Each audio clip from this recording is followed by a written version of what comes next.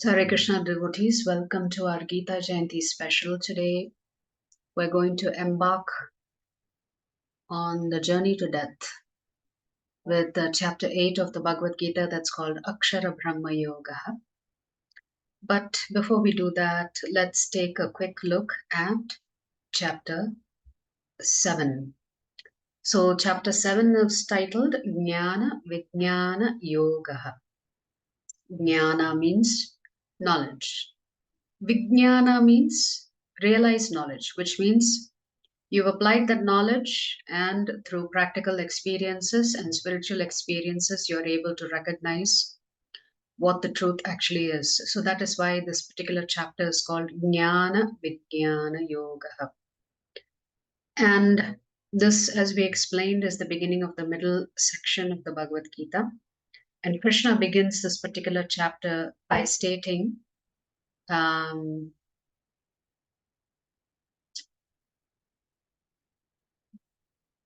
hear from me, Arjuna. And every time the Lord says hear, you can understand how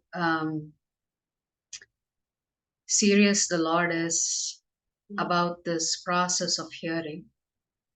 Because in a few chapters, the Lord asks Arjuna to hear and hear carefully. So today, we are going to go into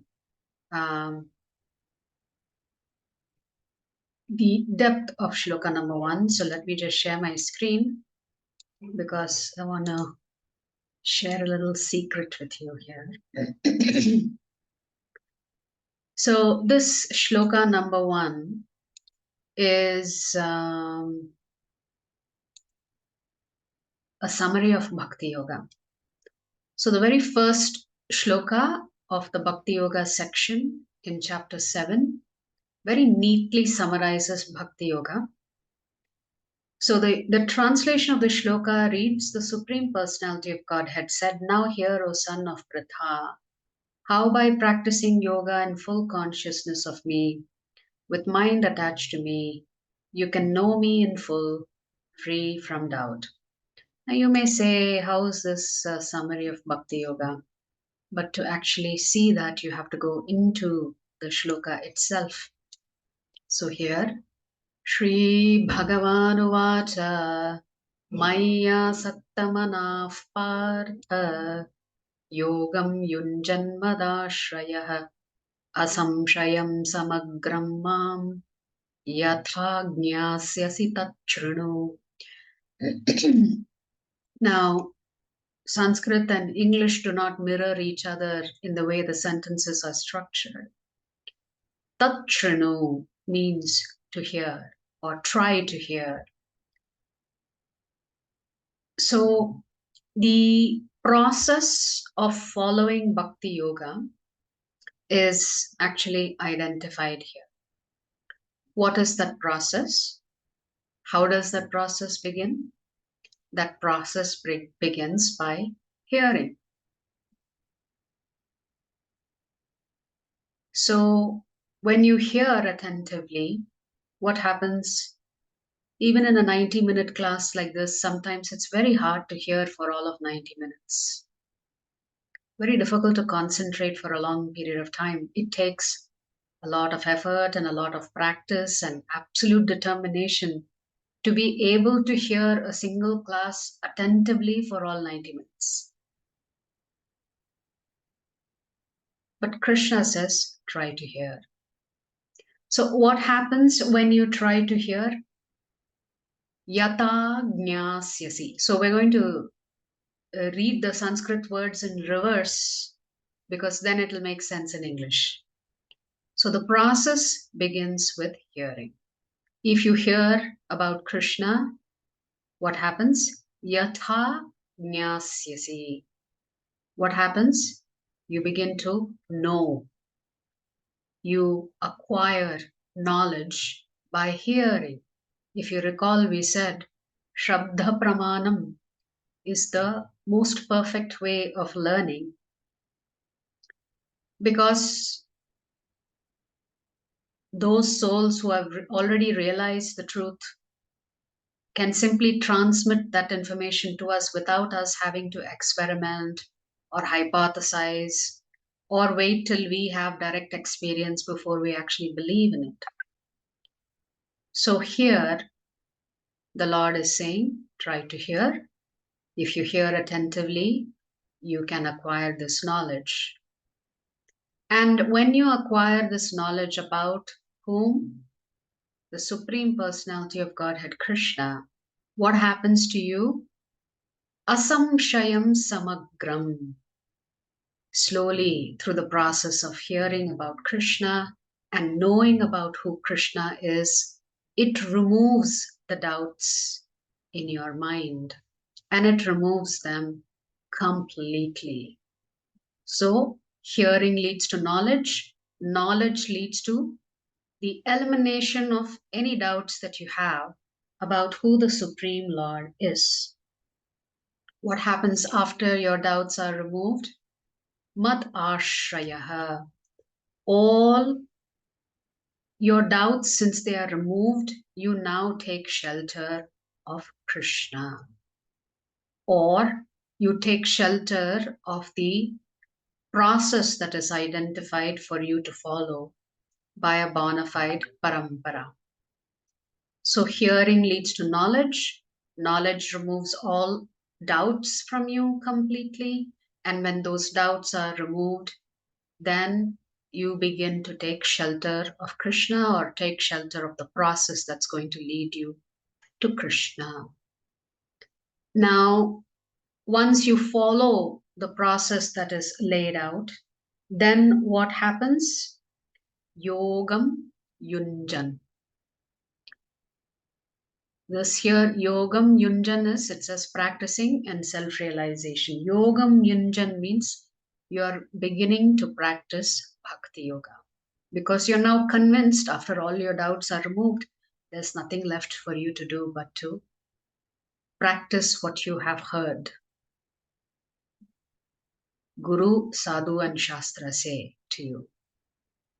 So, when you begin practicing Bhakti Yoga, what happens? Asakta manah. Asakta manah. Krishna is telling.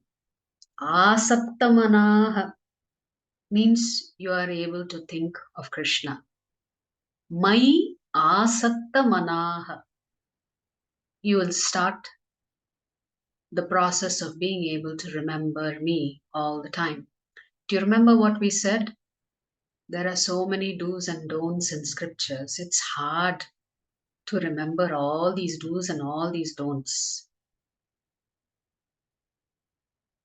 But the mother rule is we should always remember Krishna, and therefore we should never forget Krishna. How can you always remember Krishna? That process begins by hearing. By hearing, you gain knowledge. Through this knowledge, your doubts are removed. When your doubts are removed, you take shelter of the process and you begin to practice Bhakti Yoga. And by practicing Bhakti Yoga, you attain the stage where you are always able to remember Krishna. So the very first shloka of the 7th chapter is telling you how this process of Bhakti Yoga begins with simply hearing. But when you read the translation, you don't get that same effect as you do when you look at it word by word. But here in Sanskrit, we are going in reverse. Prabhupada has translated the shloka as the Supreme Personality of Godhead said, "Now hear, O son of Pritha, how by practicing yoga and full consciousness of me, with mind attached to me, you can know me in full, free from doubt." So this is the actual process by which you make progress on the path of Bhakti Yoga. And that process begins with here. Now, there's a small pastime of Srila Prabhupada's spiritual master. His Divine Grace Bhakti Siddhanta Saraswati Thakur Maharaj. One day, a gentleman was visiting the temple, and he offered some flowers to the deities and put some money in the hundi. And it just so happened at that time, His Divine Grace Bhakti Siddhanta Saraswati Thakur Maharaj was actually taking a Bhagavatam class, and there were several students listening to the class very attentively. So sometimes, when you walk into an ISKCON temple, there is a class going on, and you have many, many visitors who will just come, who will take darshan, and who will leave. They don't have the desire to hear from a self-realized soul. So ideally, if class is going on in the temple, you should sit down and take advantage of that class, if you can. But this particular gentleman seemed to be in a hurry, and therefore he took darshan, he dropped some Lakshmi into the hundi, and he was leaving the room. And what does Prabhupada, Srila Bhaktisiddhanta Saraswati Prabhupada do? He calls out to that man, he says, you can't see Krishna with your eyes. The man was taken aback. I've just come into the temple, I've used my eyes to take darshan, and here the self-realized soul, the sannyasi, is saying, you can't see Krishna with your eyes. How can you see Krishna? You can actually see Krishna through your ears. So the process of understanding and realizing who Krishna is, that he is indeed the Supreme Personality of Godhead, is actually realized through the process of hearing. So you have to sit down and hear philosophy. By hearing about Krishna, you'll be able to see Krishna. Therefore, the more you hear about the Supreme Lord, the more you will become purified. So the process of hearing Hari Katha actually purifies you. So as I mentioned in the 90-minute class, it's difficult to be completely attentive for all 90 minutes. Some of us may be multitasking. Some of us, our minds may have wandered off in different directions as we are listening to the class. So we're not able to stay fully focused for all the 90 minutes. But let's say out of the 90 minutes, you were listening attentively for at least 20 minutes. Even those 20 minutes of hearing, Acharyas say, actually purifies you. How does it purify you? Hearing purifies your consciousness. Your consciousness is covered by a lot of material experiences. To get your consciousness back to its original position of purity, you have to hear. Therefore, of that 9 angas of bhakti, Shravanam is the first. And Kirtanam is the second. Kirtanam meaning imbibing what you've heard, speaking what you have heard, sharing with others what you have heard, chanting the names of the Lord. So this hearing and chanting and speaking and glorifying the Lord, these are the 2 things. Shravanam, Kirtanam, Shravanam, Kirtanam, Shravanam, Kirtanam. Through these 2 processes that begins with hearing, you are able to realize who the Supreme Absolute Truth is. Who's your boss? Remember we said this entire chapter is about Krishna establishing his supremacy as the Supreme Personality of Godhead. So through this process, we also understood that, not everybody actually cares to seek out Krishna. So in that process, Krishna says, there are 4 types of people who do not surrender to me, and there are 4 types of people who approach me. So one day, someone asked Prabhupada this question, if practicing Krishna consciousness is such a joyous process and such a joyous experience, how come you are so serious sometimes? That was the question asked of Prabhupada. Sometimes Prabhupada would be very serious, would be very strident in his lectures. So when Prabhupada sat on the Vyasasana, thunderbolts were flying from the Vyasasana directly into the hearts of those who were sitting and listening to Prabhupada.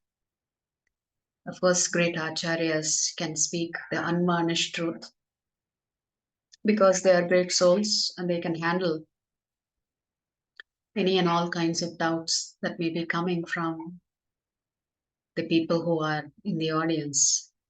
So the question asked to Prabhupada was, why was he serious? Why is he serious? And Prabhupada said that, when you understand who the Supreme Lord is and how insignificant you are in front of the Supreme Lord, you are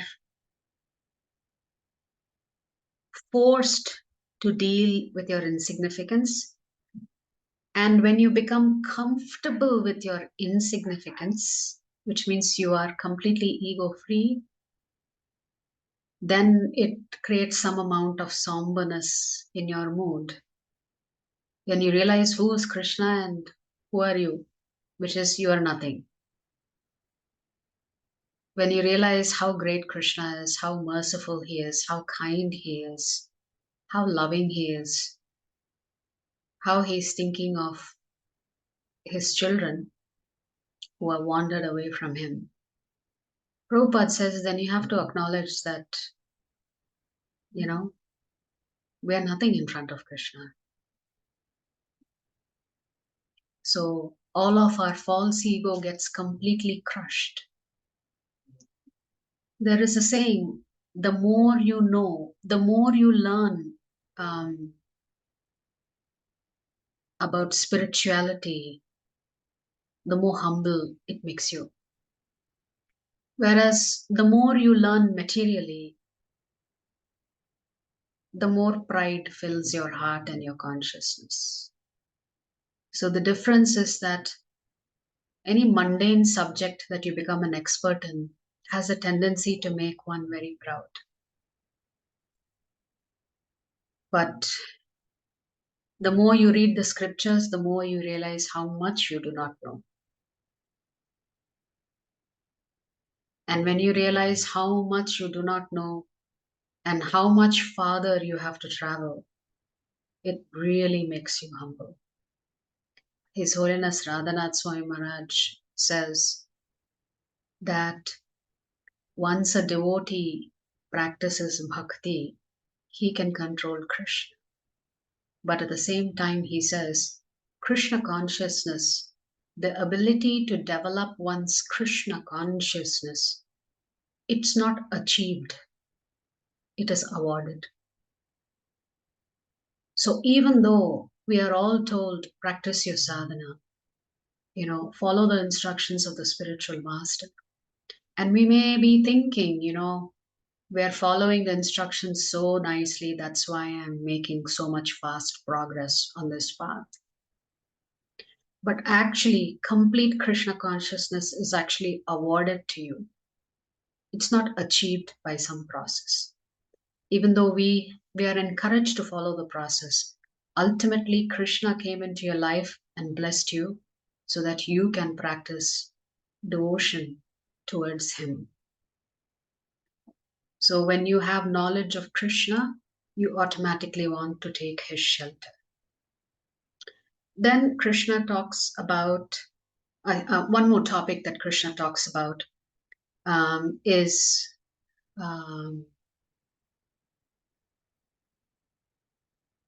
the 8 separated energies. Where is the 8 separated energies that Krishna talks about, how he's the source of all matter and spirit. He is the essence of everything that exists. So there is a wonderful book called Perfect Questions, Perfect Answers, in which Prabhupada is interviewed by a gentleman called Bob Cohen, who later on becomes his disciple called Brahmatirtha Prabhu. In that, Bob Cohen asks Prabhupada to explain this difference between superior energy, inferior energy, what a separated energy means. So Prabhupada uses 2 examples to help Bob Cohen understand what does Krishna mean when he says, I think it's in Shloka 8, is it? Sorry, Shloka 4. Earth, water, fire, air, ether, mind, intelligence, and false ego. Altogether, these 8 constitute my separated material energies. So Prabhupada uses a very simple analogy. He says there is a cow, and the cow produces milk. The milk was the cow, or is part of the cow, but has now become separated from the cow. But the milk eternally belongs to that cow in the sense that it originated in that cow. Therefore, the cow can lay claim to that milk, saying it's my milk.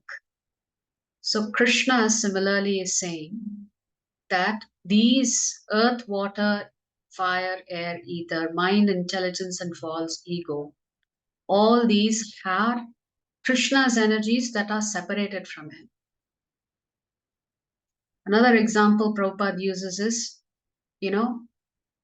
Prabhupada used to record his purports so that his disciples would later on hear the tape recorder and transcribe Prabhupada's purport. So Prabhupada very beautifully and intelligently used technology to help with his preaching process. Earlier, when Prabhupada was in India, he used to handwrite all his purports. Then later on, he learned how to use a typewriter. But when he realized he can record his purports and explanations, and he had by then several disciples who were quite capable of typing and transcribing, he decided to utilize technology for the purposes of propagating spirituality. Do you remember we talked about Falgu Vairagya and Yukta Vairagya? So a renunciate will say, no, I don't want the tape recorder because that tape recorder is Maya. But a genuinely self-realized soul, an advanced, exalted devotee will say, yes, it may be Maya, but I am going to use that Maya in Krishna's service. Therefore, that Maya also becomes completely spiritualized. That is Yukta Vairagya. So Prabhupada said, my voice on the tape recorder is my separated energy. I may not be with that recorded voice all the time, but my presence is felt in that recorded voice. Just as the cow's presence is felt by whoever is drinking that milk. Similarly, Krishna says, these 8 are my separated material energy. And the superior energy is the Jivatma that is trying to exploit the resources. The word exploit also means to use. It also means to abuse as well. So we'll just take the meaning of the word to use, because if we need to survive, Krishna has to give us something in this jail cell that we can take care of ourselves. So very kindly, he consents to supply us all of the necessities that we need to lead a basic, simple life.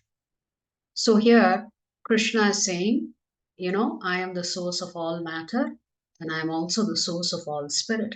And from there, Krishna begins to describe how we can visualize him in everything and everywhere, from the taste of water to the light of the sun and the moon to the ability in man And then Krishna says, everything is actually resting in me just as pearls are strung on a thread. And Krishna is giving us examples of how we can actually remember him. And then we come to the segment where Krishna talks about the 4 kinds of people who do not surrender to him. But by giving all of these examples, what is Krishna telling us? That he is omnipotent. Omnipotent means he can do anything. He is omnipresent, which means he's there everywhere. Whether it's the water, the sun, or the moon, or the wind, or in all of the life, Krishna is there everywhere. Therefore, he is omnipresent. And then he is omniscient. Remember, he says, I remember everything, past, present, and future. I know everything. So Krishna is omnipotent. He can do anything. Omniscient. He knows everything. Omnipresent. He is always present. Everywhere in this material cosmos, he is always present. As a matter of fact, one of the meanings of the word Vishnu, which is a name of one of the avatars of Lord Krishna, we say that the word Vishnu means someone who's present everywhere. Therefore, the Paramatma is known as Kshirodakashayi Vishnu. So, one day after the Mahabharata fight is over, Krishna and Arjuna go to a forest. It's quite dark, and they come to an edge of a well. And there is a big boulder by the side of the well.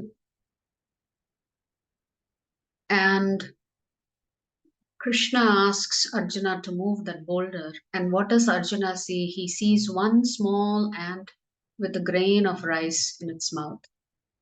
And Arjuna was completely astounded. So far, in the deep dark forest, Krishna has supplied a grain of rice to a little ant. Prabhupada used to always say that imagine how much food an elephant consumes on a daily basis. It needs tons of food.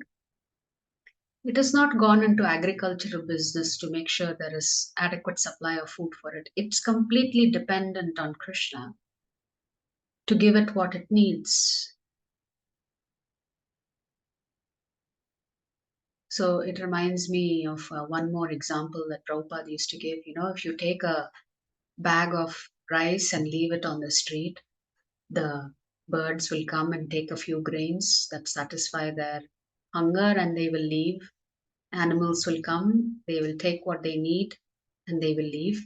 But once a human being spots a big bag of a sack of grains of rice, they will look here and there and decide, oh, this must be for me. And they pick up that entire bag and take it home. Even though they can never ever consume that entire bag of rice in one sitting. So greed is something that seems to bedevil the human beings most. No other animal is greedy for food. It has what it needs to have and then it moves on. The human being has an insatiable appetite for everything. So anyway, Krishna is saying that by knowing how he is omnipotent, omnipresent, and omniscient, we can understand that he indeed is the Supreme Personality of Godhead. So then the question is, why doesn't everyone surrender to Krishna in spite of knowing that he is the Supreme Lord? Or maybe they may have heard of it, but they may not have realized it. And Krishna says that's because they have a lot of material desires. And because they have these material desires, they begin to worship the demigods. And then Krishna is telling in the same chapter that Maya is very difficult to overcome, but if one surrenders to me, then one can easily cross beyond it. This is Shloka number 14. This divine energy of mind, consisting of the three modes of material nature, is difficult to overcome, but those who have surrendered unto me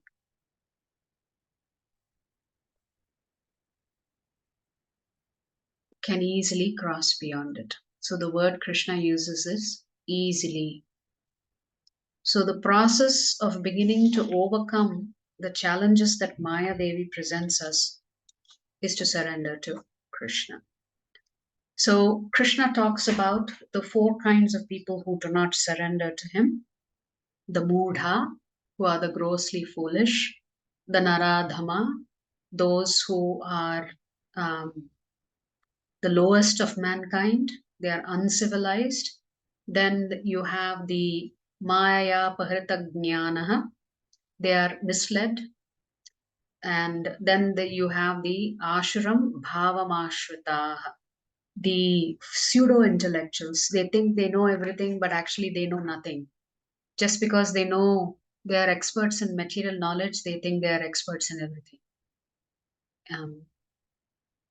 I was watching, I happened to be watching a video. There was some debate going on about spirituality, and the topic, I don't recall what exactly the topic was, but I just watched a small snippet of it.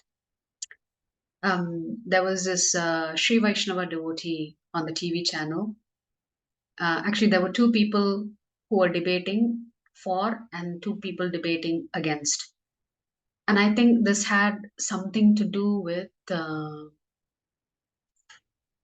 where was this? In Mathura. It is believed that the mosque, the birthplace of Krishna, is actually the mosque that is there now. Although the mosque and the current temple are divided by just a thin wall. It is said one of the Muslim kings destroyed the temple there and obviously built a mosque on top of it. And right next to it is the current temple of Mathura, the Janmasthan of Lord Krishna. So I guess the question was whether a survey needs to be done of that mosque to see if there are remnants of temples and remnants of deities that were being worshipped there. So I guess the debate was going on, pro and con, whether the survey should be done or not. And sure enough, those who were saying yes, the survey should be done are obviously Hindus. And there were a couple of Muslims who were opposed to the survey being done because that would mean disturbing the mosque itself.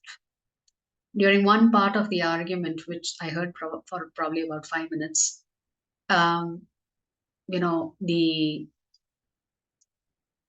the Sri Vaishnava was saying, he was talking about Lord Ram, the fact that Ayodhya is getting ready to welcome Lord Ram after many, many hundreds of years of having lost that land to others who plundered India.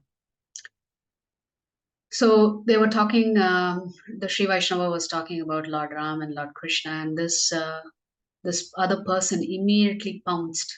The opposing side immediately pounced and said, "These are all mythological characters. What proof do you have that Lord Ram existed, Lord Krishna existed? This is all a myth." And so this Sri Vaishnava got quite upset when the other person said it's all a myth. So sometimes when you are very, very well educated, out of sheer arrogance, you discard any information that you believe is not substantiated by physical proof or whatever proof that you deem adequate to be in supportive of, right? So there are a lot of people, even in Hindu culture, who believe that Lord Ram, Lord Krishna, and all of these avatars, it's all just a fantasy. Somebody just wrote some great, big, nice stories, and we've all fallen for it. There are a lot of good people who believe that being a good human being is more important than worshipping gods that don't exist. Something like that. So you have all kinds of people. So Krishna is simply saying, these four kinds of people, they will never ever approach me. They will never ever surrender to me. Moodha naradhama maya parita jnana ashram bhavam ashrita. And then Krishna talks about the four kinds of people who do surrender to him, or rather begin the process of approaching him. Krishna considers them to be pious but not to be devotees yet. After talking about these four people, Krishna talks about the fifth category person, which we did not discuss yesterday, which we will discuss shortly. So Krishna says that those who are distressed approach me, those who desire wealth approach me, those who are just inquisitive approach me, and those who are also searching for knowledge also approach me.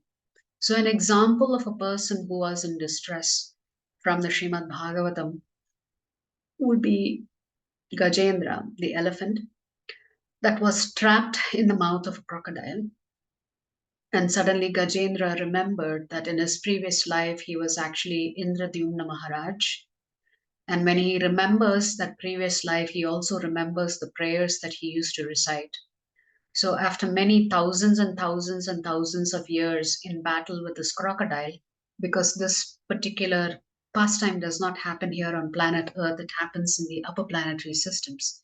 And it is said that the fight went on for thousands and thousands of years between the crocodile and the elephant. So at that time, Gajendra recites what he remembers, and immediately the Lord comes on his carrier. So when you are in deep distress, the Lord will come to help you, to support you. And then there is an interesting pastime of Dhruva Maharaj, who wanted a kingdom greater than his father, Uttanapada, and greater than his father's father, who's Lord Brahma. So what happened is that Dhruva was quite young. He was a young child, and his father had two wives, Suniti and Suruchi. Suniti being the elder wife, older wife, or the first wife, and Suruchi being the younger wife. And both of them had sons. And Uttanapada was quite smitten with the younger wife, and therefore Prabhupada writes he was quite henpecked and he did whatever his wife asked him to do. So one day, Suruchi's son was sitting on the lap of his father and playing, and Dhruva enters there. And he also wants to play with his father and sit on his lap. But at that time, Suruchi, his stepmother, or rather his co-mother, you could say, says that you can't sit on your father's lap, not unless you have been born from my womb. Only a child born of my womb can sit on my husband's lap. So, like this, she really hurts the child. And as if to rub salt into injury, she raises her voice and says, you should pray intensely to the Supreme Personality of Godhead. You must do severe austerities and many, many sacrifices. Then one day you will be my son, and then you can sit on your father's lap. So she invokes the name of the Lord to tell Dhruva that if he wants this opportunity to sit on his father's lap, first he needs to do intense tapasya, meditate on the Supreme Lord, and then maybe one day he'll get an opportunity to sit on his father's lap. Dhruva, being very young, was quite upset. He runs away crying. He finds his mother, Suniti, and he tells her, how can she say this? Do I not have a right to my father just like, my stepbrother has or my half brother has? At the time, she tells him what to do. Your father doesn't care about me anymore. Your father seems to be quite smitten with his other wife and his son.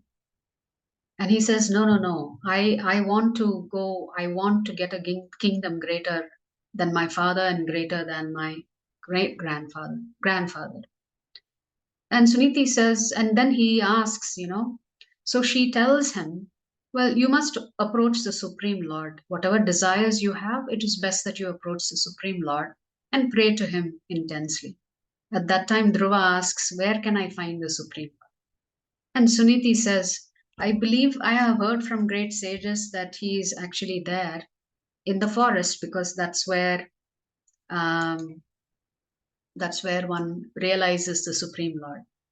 So Dhruva, being very, very young, but at the same time being quite adamant as a Kshatriya, decides to leave home and goes in search of God.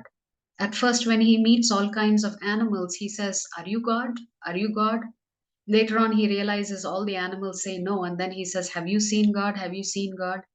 Etc., etc. So, like this, he keeps searching and searching and searching deep into the forest. And Narada Muni, who's the spiritual traveler, he comes to this little boy and he says, you know what? You shouldn't take the insult of your father so seriously. To which Dhruva says, it was not my father who insulted it, it was my stepmother who insulted. He says, that's okay. You have to forget it. You are very young. This is not the place for you to be. And he requests Dhruva to go back to his father.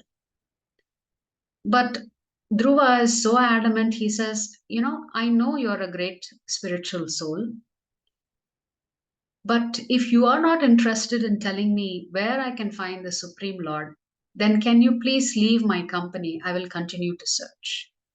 So Narada Muni was so impressed by this boy's um, steadfast determination to find the Supreme Lord. He tells him, I'm going to give you a mantra and then I'm going to teach you Ashtanga Yoga.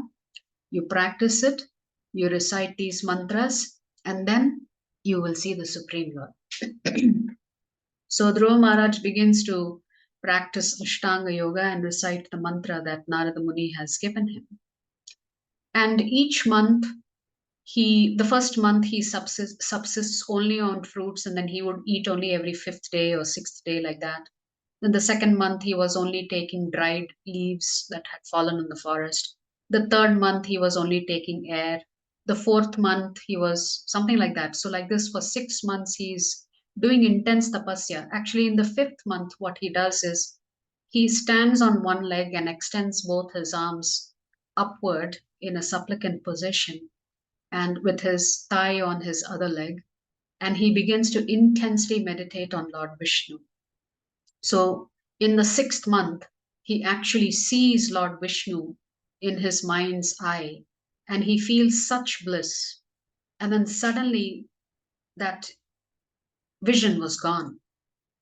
He was enjoying it so much, but suddenly that vision was gone, and feeling very disturbed, he opens his eyes.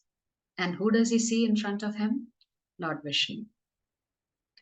So Lord Vishnu came to satisfy Dhruva Maharaj's intense desire to see him, although Dhruva had a material desire. What did he want? He wanted a far greater kingdom than his father or Lord Brahma himself. As soon as he sees the Lord, he offers Dandavat Pranam, and then he doesn't know what to say. Being a young child, what does a young child know? How to glorify the Lord. So, out of compassion, Lord Vishnu, you would have seen this picture, I'm sure, of Lord Vishnu leaning forward and touching his conch shell to the face of Dhruva.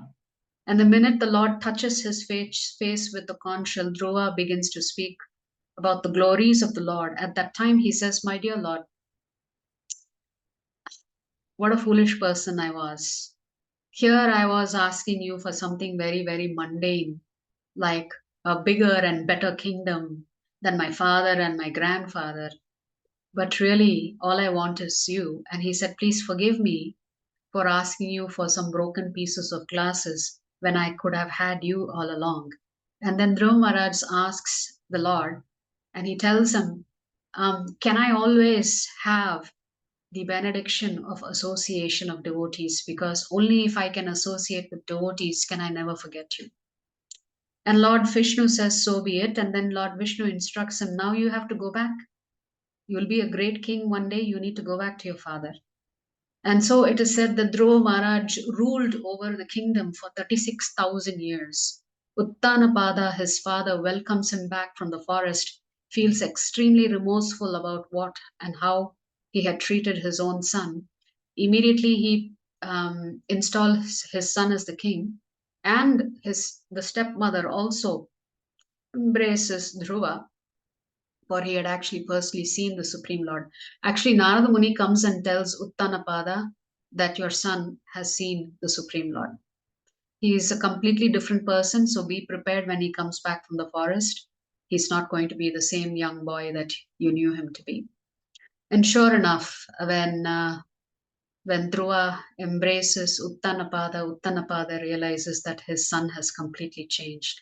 So much so, he offers obeisances to the stepmother who insulted him and begs for forgiveness. So it is said that Dhruva Maharaj ruled very nicely for 36,000 years. And then he hands over his kingdom to his son and goes back into the forest to again practice Ashtanga Yoga. And like this, he reaches the stage of Samadhi. At the time of Samadhi, there is a Pushpaka Vimana that comes along with two Vishnu Dutas, and he realizes that he's at death's door. And the way it is beautifully written in the Shastra is that he puts his foot on the head of death and steps into that Pushpaka Vimana. And suddenly he realizes, wait a minute, I must take my mother with me. That's what he was thinking. And the minute he thought that, the Vishnu Dutta said, don't worry, your mother already has another Pushpaka Vimana. She has boarded it. She's already on her way back to the spiritual world. So it is said that Dhruva occupies a spiritual planet called the Dhruva Loka, where he eternally resides. I believe that is known as the pole star these days. So Dhruva is an example of someone who desired wealth or desired something material and ends up discovering the Supreme Lord. So Krishna says, even these kind of people worship me. An example of those who are inquisitive and who worshipped or who approached the Supreme Lord were the sages in Naimisharanya. The Srimad Bhagavatam begins with the sages in Naimisharanya inviting Suta Goswami to speak the Srimad Bhagavatam.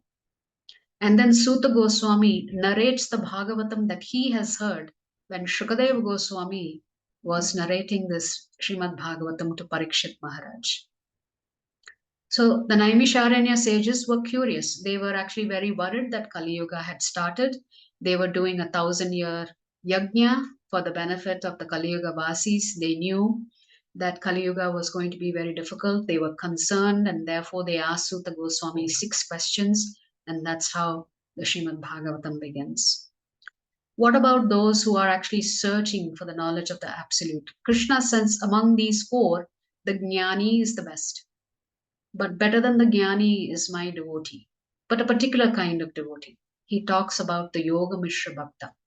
So the Jnanis, an example of the Jnanis who are searching for the absolute truth, are the 4 sons of Brahma. They are called the Sanat Kumaras. Krishna then talks about the Yoga Mishra Bhakta. So what is this Yoga Mishra Bhakta? In this, we can understand that Krishna has introduced a 5th category besides the 4 pious people. The Yoga Mishra Bhakta. Such a person is interested in performing Ashtanga Yoga, but at the same time is also a devotee of Krishna. So, the reason such a devotee is practicing Ashtanga Yoga is because they want liberation. Because they want liberation, they worship Lord Krishna to get liberation. So you may ask, what is the difference between the Yoga Mishra Bhakta and a Bhakta? A Bhakta is only interested in satisfying and pleasing Lord Krishna. They don't want anything from Krishna. Because the minute you ask something from Krishna, he will give it to you and he will distance himself from you. So devotees know the trick to conquer Krishna is to not ask him for anything. To simply tell him, can you please engage me in your service? That's all I want. Whereas the Yoga Mishra Bhakta is interested in liberation. Therefore, he practices Ashtanga Yoga, and in addition, he is also practicing Bhakti. So it's called Yoga Mishra Bhakti, which means yoga, Ashtanga Yoga mixed with Bhakti. So it is this kind of devotee that Krishna is talking about here in the 7th chapter.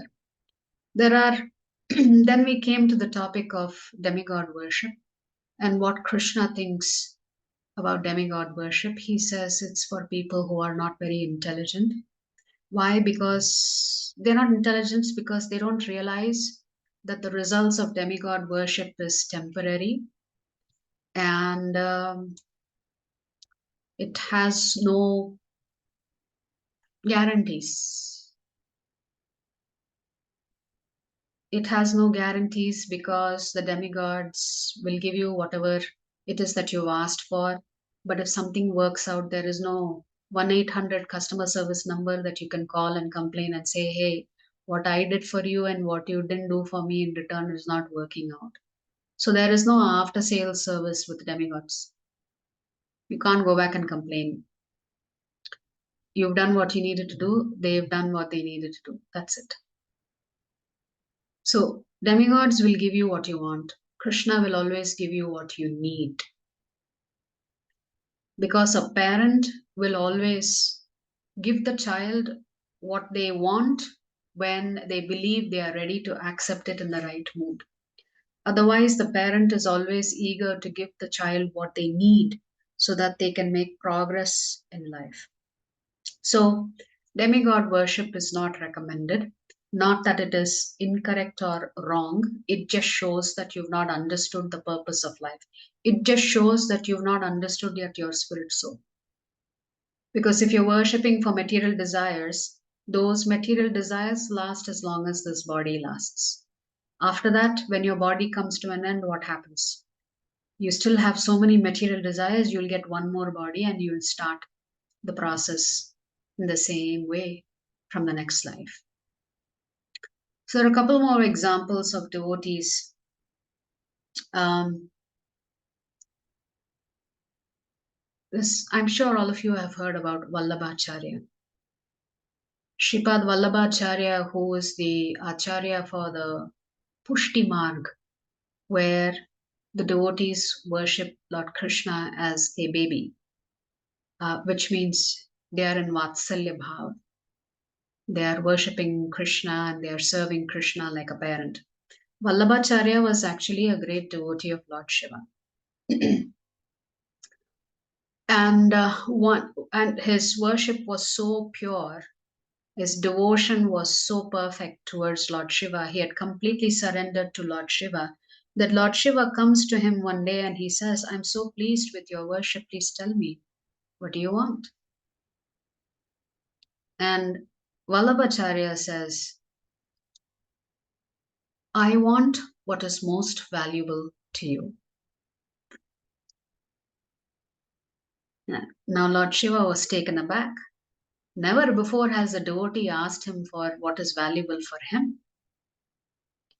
And Lord Shiva says, the names of my Lord are the most valuable to me. My Lord is most valuable to me. Therefore, Vallabhacharya, from being a great devotee of Lord Shiva, becomes a great devotee of Lord Vishnu or Lord Krishna. Because Shiva had given him what was most valuable to him, which was his Ishtadev, Lord Krishna. And that's how Lord Krishna becomes the object of worship for Vallabhacharya, who had earlier actually been a great devotee of Lord Shiva. There is another personality called Chandidas. And he was a great devotee of Mother Durga. And every day he would come to the altar and offer her flowers and have personal conversations with her. One day his brother comes to visit him, and his brother is a Vaishnava. And He asks his brother to go pluck flowers from the garden so that he could offer it to Durga Devi. So his brother goes to the garden and plucks the flowers and gives it to his brother Chandidas. And Chandidas takes those flowers, and as he does every day, he offers those flowers to Durga Devi. And this time, Durga Devi comes out of the altar in complete joy and gra- grasps the flowers from Chandidas's hands. Chandidas is so shocked, he asks Durga Devi, I have been offering you flowers every day. Why did you come and take it today from me in person like this? And at that time, Mother Durga tells him, this is the prasadam of my dear Lord Vishnu. How can I not be joyous? How can I not come and accept it myself? And Chandidas gets confused. He says, but how are these flowers the prasadam of Lord Vishnu? I don't understand. At that time, Durga Devi tells him, your brother is a great Vaishnava. And what did he do? As he was plucking the flowers, he mentally offered it to my Lord Vishnu. So it means the flowers were already offered mentally to Vishnu when Durga Devi receives it. And because Durga Devi was receiving Mahaprasadam, because the flowers had been offered to her Supreme Lord, she comes out of the altar to accept it personally from Chandidas. And that is how Chandidas also becomes a great Vaishnava who used to worship Durga Devi. Like this, there are other examples from our scriptures of devotees of other demigods who ultimately become devotees of Lord Krishna. So, what is the connection between chapter 7 and chapter 8? Krishna says here two things. Krishna defines himself as Adhibhuta, Adidaiva, and Adiyagya, meaning he is the owner of everything, he is the controller of everything, and he is the enjoyer of everything. In this way, he says, I am the supreme boss. So, Sadi Bhutadi Daivam Mam Sadi Yajnam Chaye Viduhu Prayana Kale Pichamam Te Viduryukta Chetasaha. Krishna says, those in full consciousness of me, who know me, the Supreme Lord, to be the governing principle of the material manifestation, of the demigods, and of all methods of sacrifice, can understand and know me, the Supreme Personality of Godhead, even at the time of death. So Krishna says, those who recognize me as Adi Bhuta, Adi Daiva, and Adi Yajna, if they remember this, then even at the time of death, it's not too late. They can come back to me. So this is the connection to chapter 8. And actually, chapter 8 begins with Arjuna asking 8 questions. So Arjuna asks, now remember, Krishna has used certain terminologies in this chapter and also in the prior chapters. So now Arjuna is going to seek clarification. So Arjuna asks 8 questions. O my Lord, O Supreme Person, what is Brahman? What is the self? What are fruitive activities? What is this material manifestation? And what are the demigods? Please explain this to me. Who is the Lord of sacrifice? And how does he live in the body, O Madhusudana? And how can those engaged in devotional service know you at the time of death? So that begins chapter 8, which is called Akshara Brahma Yoga. So this entire chapter is how to prepare for death. And Krishna is going to talk about different types of death and how different yogis leave their bodies differently. So before we begin, let's offer our most humble obeisances to His Divine Grace, A.C. Bhaktivedanta Swami Srila Prabhupada ki jai. And interestingly, the acronym for today is DEAD. So it begins with doubts. Arjuna has 8 questions. One of his questions is, how can we always remember you at the time of death? So Krishna will answer his questions very quickly in 2 shlokas, 3 and 4. And in the rest of the chapter, Krishna takes time to address Arjuna's last question, the 8th question, which is, how can we remember you at the time of death? So our final exam is going to be our death. Because if we pass the exam, it means you have remembered Krishna. If you fail the exam, it means you've forgotten Krishna. So Arjuna's question was, how does each one of us make sure we pass that final exam? Then Krishna talks about how you can actually come back to him. And again, Krishna will bring it back to the topic of his devotees. So let's look at the 8th question. The 8 questions are, what is Brahman? What is Adhyatma? What is Karma? What is Adhibhuta? What is Adhidaiva? And what is Adhiyagnya? Where whoever he is, does he reside? Which is, who is Adhiyagnya and where does he reside? How can those engaged in devotional service know Krishna at the time of death? Is Arjuna's last question. So Krishna answers Arjuna's 7 questions very rapidly in 2 shlokas, and then the rest of the chapter is about death. Krishna says, what is Brahman? Brahman is the indestructible living entity. So Brahman is non-different than the spirit soul. What is Adhyatma? The living entity's nature, which is to serve. We said in one of the earlier chapters that our natural dharma is to serve. Otherwise, we would not get married. We would not be serving our wives, our parents, our children, our in-laws. We like the idea of service. Service is actually what motivates us. Prabhupada used to say, even if you don't get married, a lot of the single people, what do? They may get a pet and they begin to serve the pet. They spend time, they take care of it, they feed it, they take it for a walk, all of those things. So the living entity's nature and instinct is to serve. This constitutional position to serve is not something that will ever be separated. It comes with that living entity. What is karma? The reactions that force the living entity to take a material body in this world. So we take birth because of our karma. Krishna comes of his own free will. Krishna doesn't come because of any karma. Krishna is beyond karmic reactions. What is Adhibhuta? The ever-changing material nature. It is created, it is maintained, and then destroyed. And Krishna says, I take care of all these 3 things.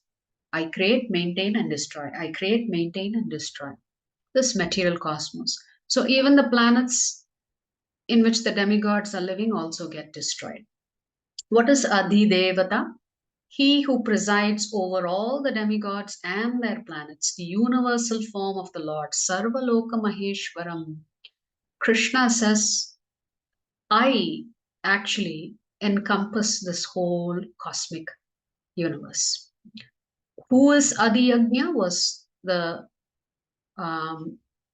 other question that Arjuna asks.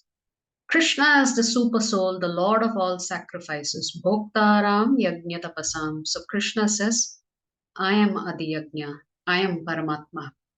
I am the one who enjoys all your sacrifices, all your austerities.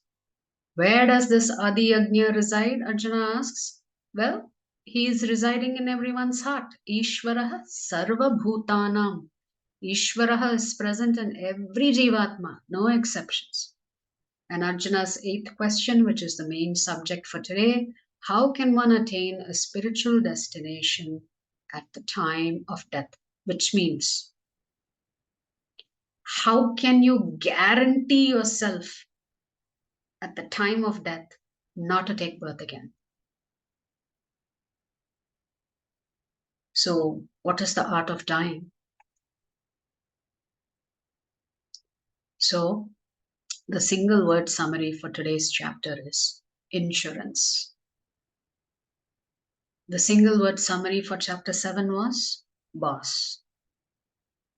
The single word summary for today is insurance, and it is present in this particular shloka. What is Krishna telling Arjuna? Antakale cha mameva smaran muktva kalevaram yah prayati samadbhavam yati nastyatra samshayah. And whoever at the end of his life quits his body, remembering me alone, at once attains my nature. Of this, there is no doubt. So, what is the guarantee? What is the insurance policy that Krishna has given you when you work for him, and when you think of him, and when you remember him, and when you worship him? Krishna says, if you can practice remembering me, and you can do that at the time of death, what is Krishna saying? At once, not in a future birth. We read the same thing in the 12th canto, where Shukadev Goswami says these Kali Yuga Vasis are so fallen. They refuse to acknowledge the Supreme Lord. If only they would chant the holy name of the Lord, then even at the time of death, they will go back to him. So whoever at the end of his life quits his body remembering me alone,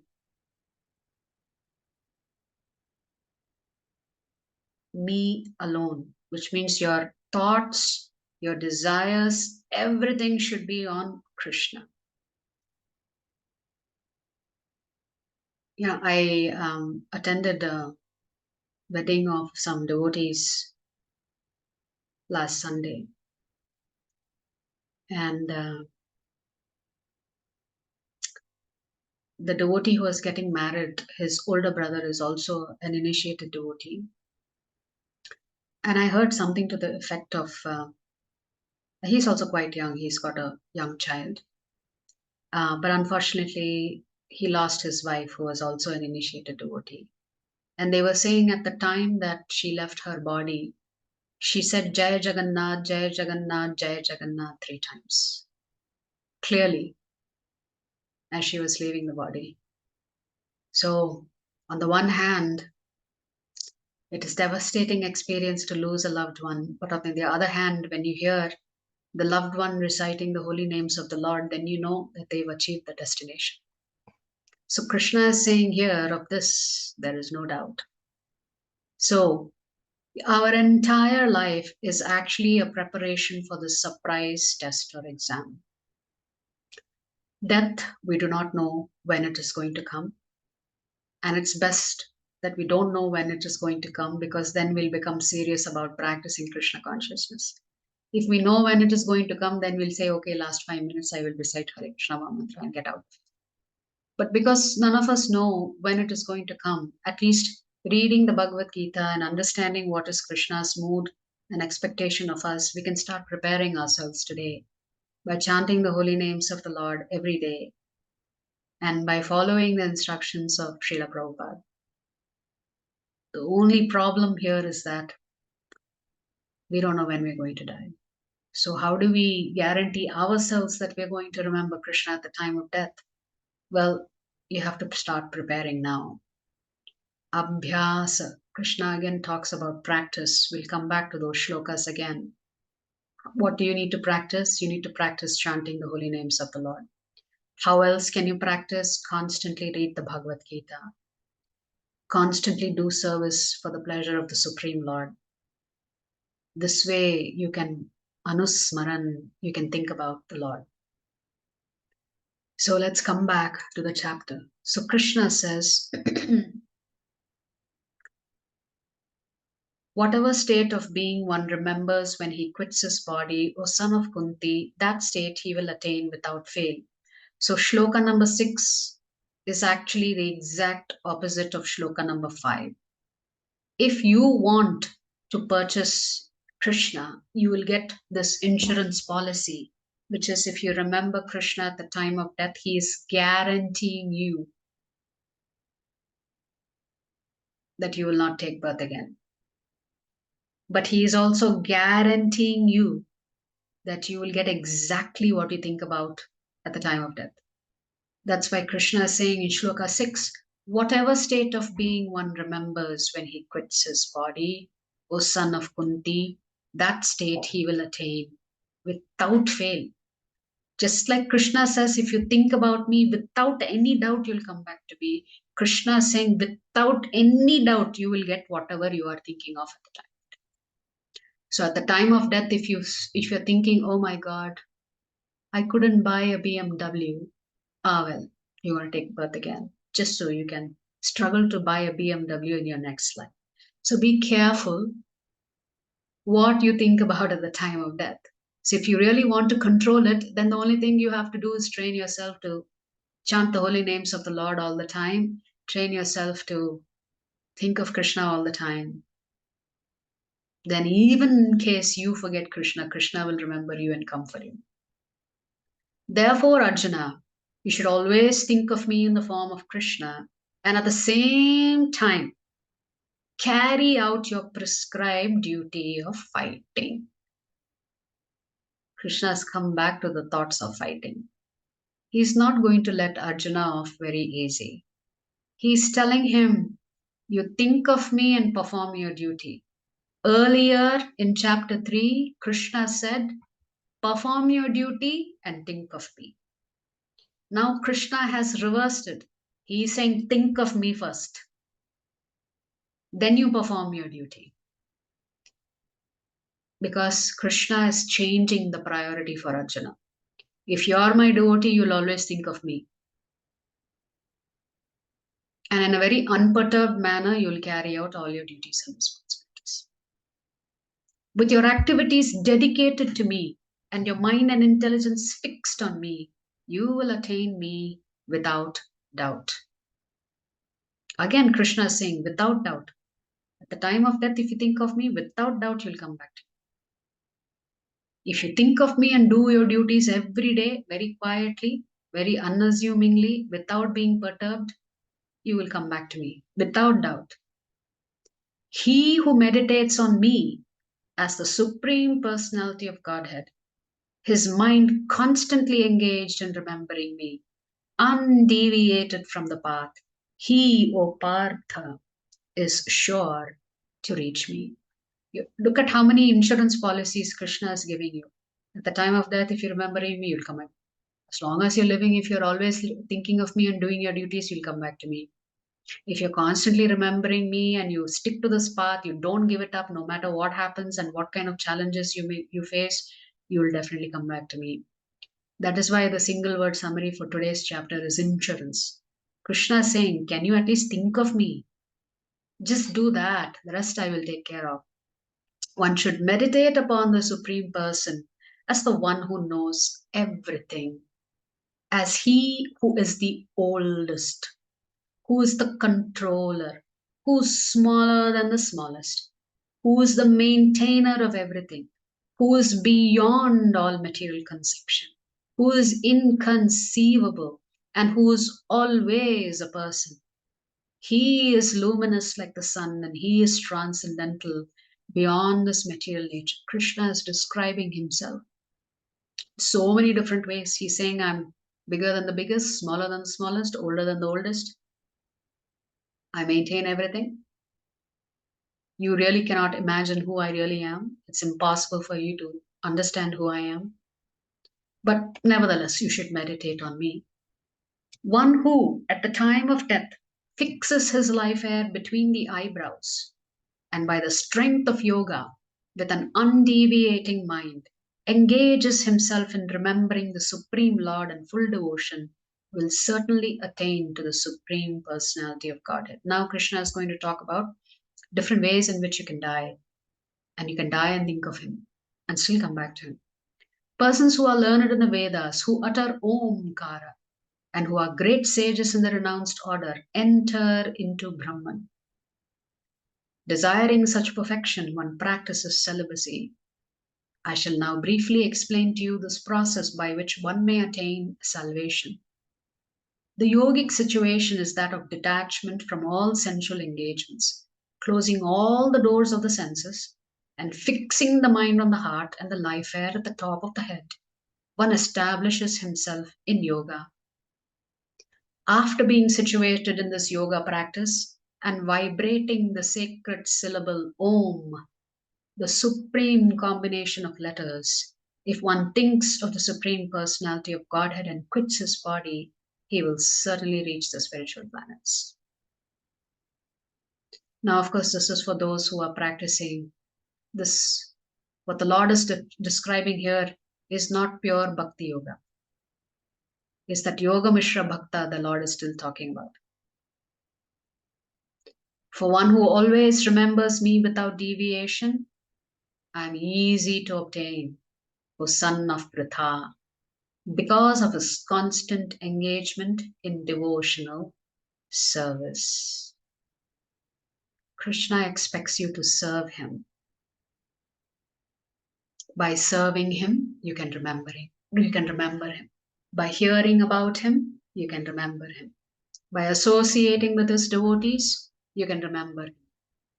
After attaining me, the great souls who are yogis in devotion never return to this temporary world, which is full of miseries, because they have attained the highest perfection. So, coming back to chapter 8. So, from shlokas 9 to 13, Krishna has talked about Ashtanga Yoga. And now from 14 to 16, he talks about Bhakti Yoga.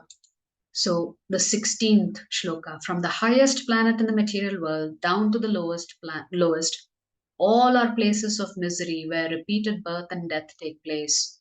But one who attains to my abode, O son of Kunti, never takes birth again. Then begins the section where the Lord will compare the material world to the spiritual world. Some of you had asked questions about the spiritual world, and I said it will be covered in the Bhakti Yoga section.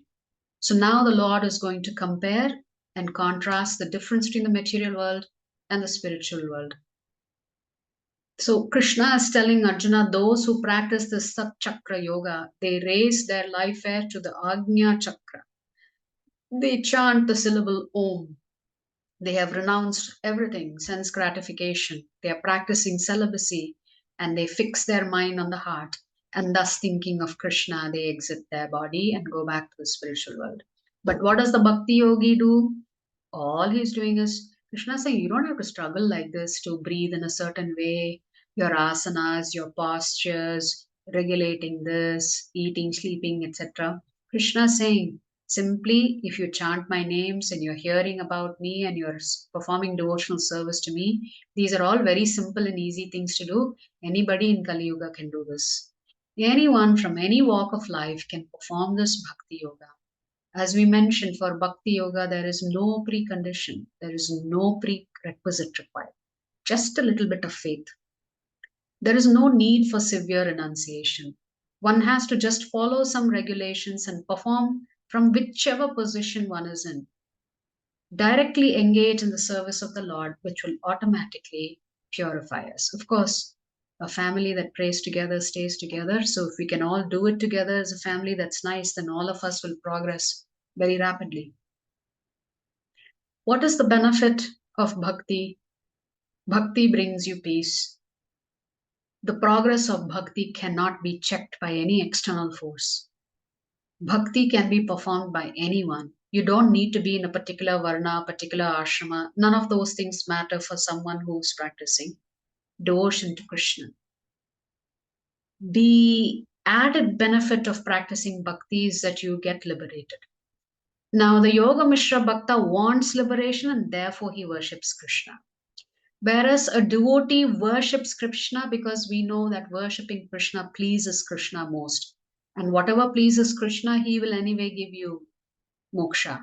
So a devotee does not pray for moksha separately. It comes as a result automatically. Buy one, get one free. If you buy Krishna, you get moksha for free. If you want to buy moksha, you may not get Krishna for free, for sure. You can get liberation, but you may not get proximity to Krishna. because bhakti can purchase Krishna. What does a karmi want to do? He wants to satisfy his senses. What does a jnani wants to do? He wants to get rid of this life of miseries. He wants to just put a stop to all these anxieties. Therefore, he thinks the best way to do it is by realizing Brahman and becoming one with God. Then he doesn't have to worry about anything anymore. What does a yogi want? Ideally, a yogi wants some mystic powers, anima, laghima, etc. That we will come to in one of the chapters. How yogis can do different magical things. So, a yogi wants supreme supernatural powers. What does a pure devotee want to do? They only care for whatever pleases Krishna. So bhakti automatically liberates us. That's why Krishna is saying, after attaining me, the great souls who are yogis in devotion never return to this temporary world, which is full of miseries because they have attained the highest perfection. So, what's the reason that we should try to escape this material world? Krishna is giving that answer when he begins the process of contrasting and comparing the material world with the spiritual world. Krishna is saying, this material world, I have created it. I have created it as a place of misery. I have created it to be temporary. Therefore, Krishna says, from the highest planet down to the lowest in the material cosmos, all of them are places of misery where repeated birth and death take place. So, we were saying yesterday, even the places where the demigods are residing will be destroyed. And so will the Jivatmas occupying those various posts, unless, of course, they are pure bhaktas of the Supreme Lord. Why has Krishna created such a place? It is to punish us, but at the same time to purify us, help us reform ourselves so that we can go back to Him. So the criminal elements in society force the authorities to create prison. So many people will ask after attending these classes, why did Krishna create the material cosmos? Krishna didn't create it. He didn't desire for prisons to be created. When a government sets up its government, and when a new nation is born, they don't say, first, let me build so many prisons. But they are forced to build prisons when they notice citizens violating the laws of the land. So, similarly, Krishna is forced by our own desire to violate the law of the land to construct a place where we can exercise that free will against Him. So, this whole material cosmos is like a prison. What is the punishment and who is the jailkeeper? The punishment is repeated birth and death. And along with that comes diseases and old age. Who is the jailkeeper? Well, her name happens to be Durga. The word Durga means fortress. So she is like the gatekeeper, jailkeeper. She's the superintendent of this cosmos. And she has the toughest job maintaining all these convicts who are living here. What is the first thing that happens to a prisoner? They have to change clothes. You can't be in your regular civic clothes. There is a special attire for you the minute you enter the jail cell. Similarly, Krishna has created 84 lakh different types of attires for you to wear, depending on your desire. Jalaja Navalakhani Sthavara Laksha Vimshati Kramayo Rudra Sankhyakhya Pakshinam Dhashalakshanam Trinshal Pashavaha Chaturlakshani Manavaha. So our Shastras say there are 9 lakh different type of species living in water, 20 lakh non-moving living entities like trees and shrubs, grass, etc. 11 lakh different species of insects and reptiles, 10 lakh different species of birds, 30 lakh different species of four-leggeds, and then 4 lakh different species of human beings. In total, there are 84 lakh different types of dresses that you can take. And that is because we have 84 lakh different types of desires. So for each type of desire, you get a different dress to enjoy yourself. But this is such a wonderful prison. There is no walls. If there are no walls and we are free to get out of this prison anytime we want, why is it that we are still here? Well, because Durga Devi is a tough superintendent. We are controlled by the three gunas: goodness, passion, and ignorance. So, as long as we are under the control of these three gunas, or a combination of these three gunas, we have to reside here in the prison cell. So, the minute we try to transcend the sattva gun and we are on the path of spirituality, then we can escape this prison. So, that means the spiritual world must be completely different than the material. And Krishna says the spiritual world is eternal. It never goes through the cycle of creation, maintenance, dissolution. It is infallible. Nobody makes mistakes there. It's a place where there is unlimited bliss. People are only happy, but they are happy cooperating with each other. They are not competing with each other. Why? Because everyone's center of attention is Krishna. Everybody is happy as long as they have some seva to do for Krishna, directly or indirectly. They don't see, oh no, that devotee has a better slot than me. These thoughts don't arise in the spiritual world. Each Jivatma is happy serving Krishna in their original position.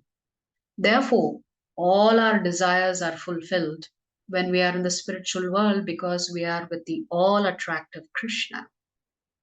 The spiritual world always existed. It is transcendental. It is our ultimate destination. And it is a place once you go to, you don't have to return. So, how do you attain the Supreme Lord? And the different ways of passing away from this world. So, let's come back to the chapter. Krishna talks about the age of Brahma here. By human calculation, 1,000 ages taken together form the duration of Brahma's one day. And such also is the duration of his night. So, Brahma's one day is equivalent to 4.3 billion Earth years.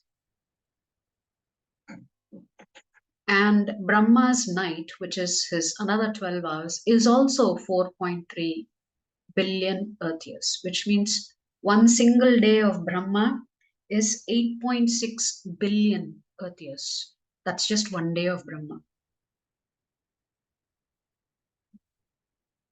8.6 billion Earth years. Like this, Brahma lives for 311 trillion 40 billion Earth years. We cannot even imagine what a long life Brahma has. We just cannot comprehend it. When we say 100 years and then we put next to that 100 years, 311 trillion 40 billion years, we're not able to comprehend it. An ant lives for a few days. Insects live for a few days. Some smaller animals may live for a year or a few months. So if you go and tell an ant that a human being can live 100 years, they will not be able to believe it. So similarly, we are like a small speck of dust in this universe. We just cannot understand how Brahma can have such a long life.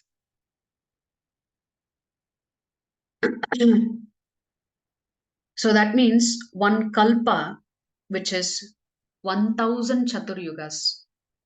One cycle of chaturyuga multiplied by 1,000 cycles of this chaturyugas is actually one day of Brahma. So in one day of Brahma, he sees 1,000 Satyugas, Treta Yugas, Dwapar Yugas, and Kali Yugas. What a spectacle.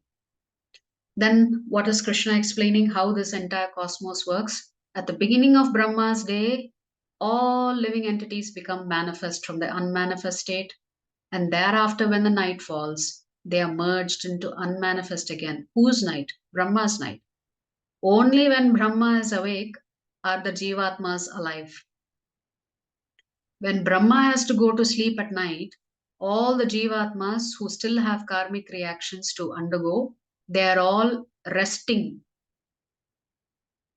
waiting for Brahma's next day to come, and then everybody takes birth again. And what is Krishna saying? Again and again, when Brahma's day arrives, all living entities come into being, and with the arrival of Brahma's night, they are helplessly annihilated. So Krishna is saying, he is describing to us the futility of living in this material world. The cycle just goes on and on and on and on and on. There's no end to it.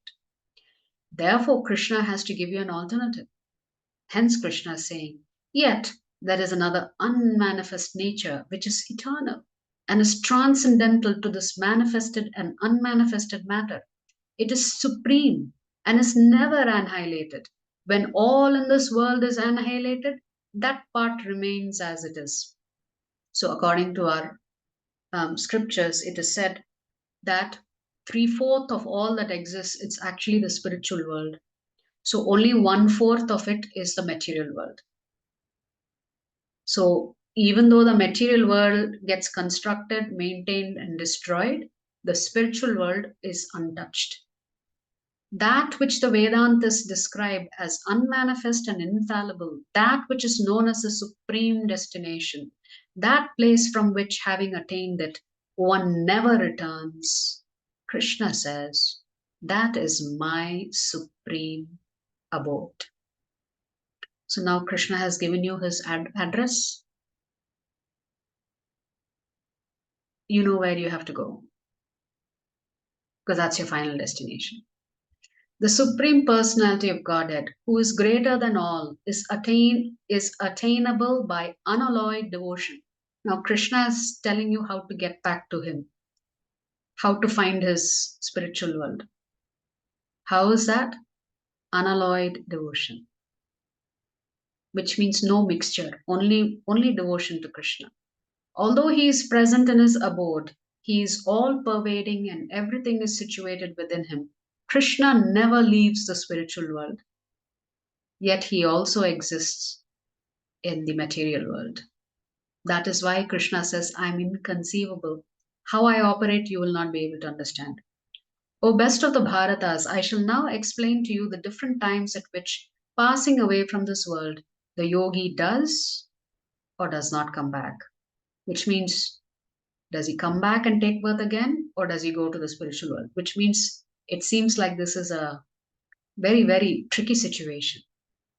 Which means the yogis who are practicing other yogas have to time their death so perfectly that if they don't do it right, they have to take birth again. If they do it right, they go back to the spiritual world. We are not talking about the devotees here. We are talking about the other transcendentalists. Those who know the Supreme Brahman attain that Supreme by passing away from the world during the influence of the fiery God in the light at an auspicious moment of the day, during the fortnight of the waxing moon, or during the 6 months when the sun travels in the north. You remember? Bhishma waits till the sun comes to the northern, travels in the northern direction, because he had the boon that he could leave his body any time of his choice. So he waits for the right time to leave his body. Of course, he is in the presence of the Lord himself when he leaves his body. The mystic who passes away from this world during the smoke, the night, the fortnight of the waning moon, or the 6 months when the sun passes to the south, reaches the moon planet, but again comes back. So if you don't time your death properly for the other yogis, finished. All the effort that they've put in meditation and other transcendental practices, what result they get? They go to the moon and then they come back and take birth again on Bhumi Devi. So you see how tough it is to practice other paths, how risky it is. After all that practice, you may not get it right. According to Vedic opinion, there are two ways of passing from this world, one in light and one in darkness. When one passes in light, he does not come back. But when one passes in darkness, he returns. Although the devotees know these two paths, or Arjuna, they are never bewildered, therefore be always fixed in devotion. After saying all of this, Krishna is telling Arjuna, don't worry, Whatever I have told you, that doesn't apply to my devotees. They can die any time they want. As long as they think of me, I will take them back.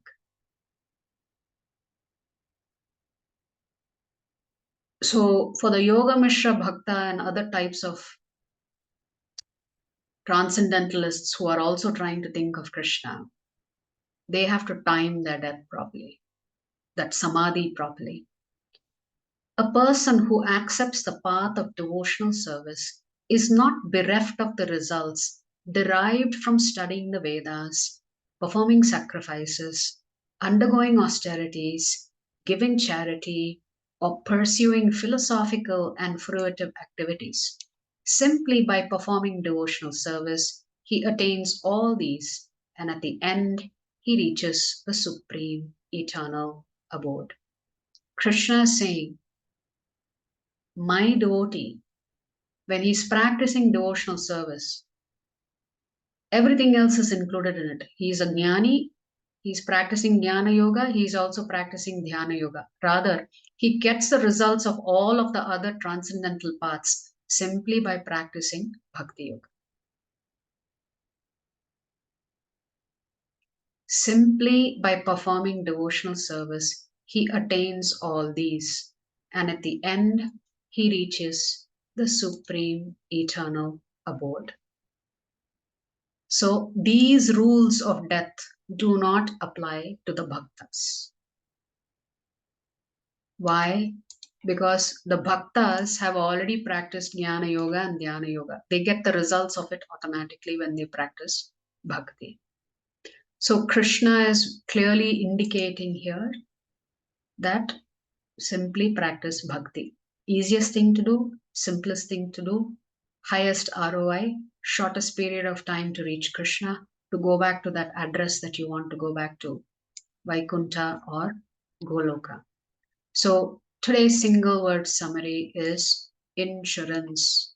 Krishna is giving so many insurance policies. If you think about him at death, if you're always remembering him during life, if you are constantly meditating on him, he will ensure that you don't come back to him. So this is the spiritual insurance that you get for worshipping the Supreme Lord, who is our ultimate boss. So tomorrow we will get into a very nice chapter called Raja Vidya Raja Guhya Yoga. Already what Krishna has revealed so far is considered to be very confidential. Now Krishna is getting ready to reveal to Arjuna something even more confidential. Who is that? His devotees. And actually his devotees who are practicing bhakti. So Krishna will glorify bhakti in chapter 9. And that is why this chapter is titled Raja Vidya Raja Guhya Yoga. So join us tomorrow so that we can discover this additional confidential information about bhakti that Krishna is about to reveal to Arjuna. Hare Krishna.